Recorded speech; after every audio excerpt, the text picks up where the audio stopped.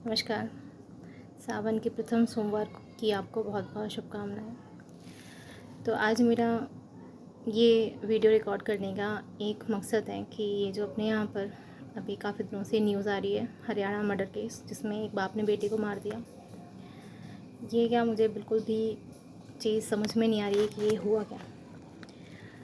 और मैं सबसे ज़्यादा जब उसके पीछे नीचे मैं हमेशा उसमें अपडेट लेती रहती हूँ कि क्यों मारा, तो जब मैं उसके नीचे के कमेंट्स पढ़ती हूँ ना, तो उसमें इतना अभी भी 21st सेंचुरी है जिसमें एजुकेशन इतनी ज़्यादा एडवांस हो चुकी है। लोगों कहते हैं हम कि जब इंसान पढ़ जाता है तो उसका दिमाग जो है वो खुल जाता है, ठीक है। लेकिन आज भी जब अपन मेल डोमिनेटिंग थिंकिंग देखते हैं, उसके नीचे कमेंट लिखा हुआ है बाप है, बाप ने अगर किया है तो सोच समझ के ही किया होगा।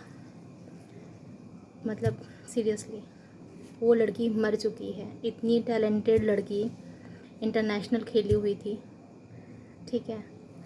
वो लड़की मर चुकी है, लेकिन मरने के बाद भी पहले तो उसके साथ में चीटिंग हुई बेचारी, उसकी माँ की तबीयत ख़राब थी तो वो खाना बना रही थी, पीछे से आके फादर ने 5 गोलियां मार दी उसको, ठीक है। कैसे मरी होगी वो सब कोई कुछ नहीं सोच रहा है, बस क्या हुआ कि हाँ अच्छा हुआ मार दिया।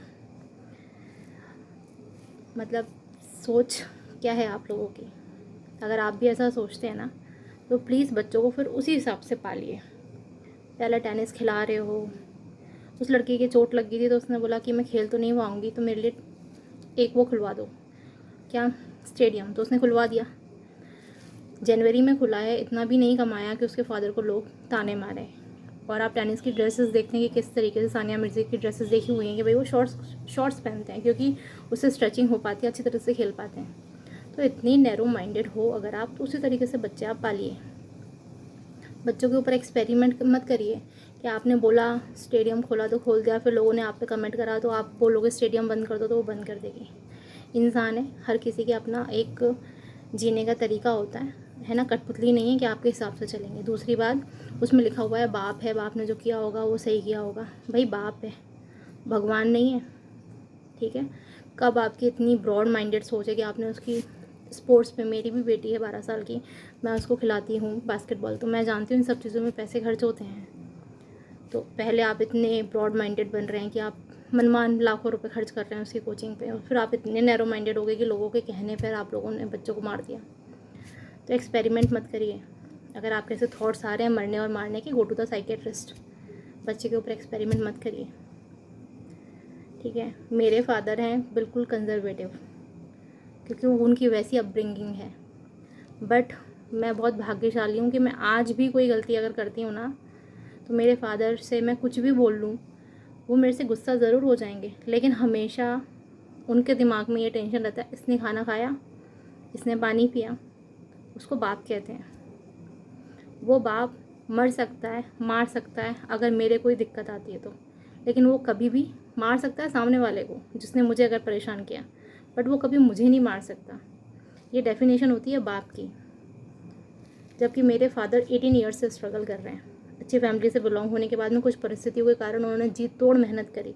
हम बच्चों के ऊपर, 2 भाई 1 बहन, हम पर मेहनत करी, अपने सारे पैसे लुटाए हैं। कभी उन्होंने खुद के ऊपर कुछ भी खर्चा नहीं करा, उसको बाप कहते हैं। ऐसे नहीं मेरे पापा हैं इसलिए मैं उनकी तारीफ़ कर रही हूँ, नहीं। आज मुझे ऐसा लगता है मैं कितनी भाग्यशाली हूँ कि मैंने कितनी गलतियाँ करी, बट मेरे फादर कभी उनको डिस्कस भी नहीं करते हैं।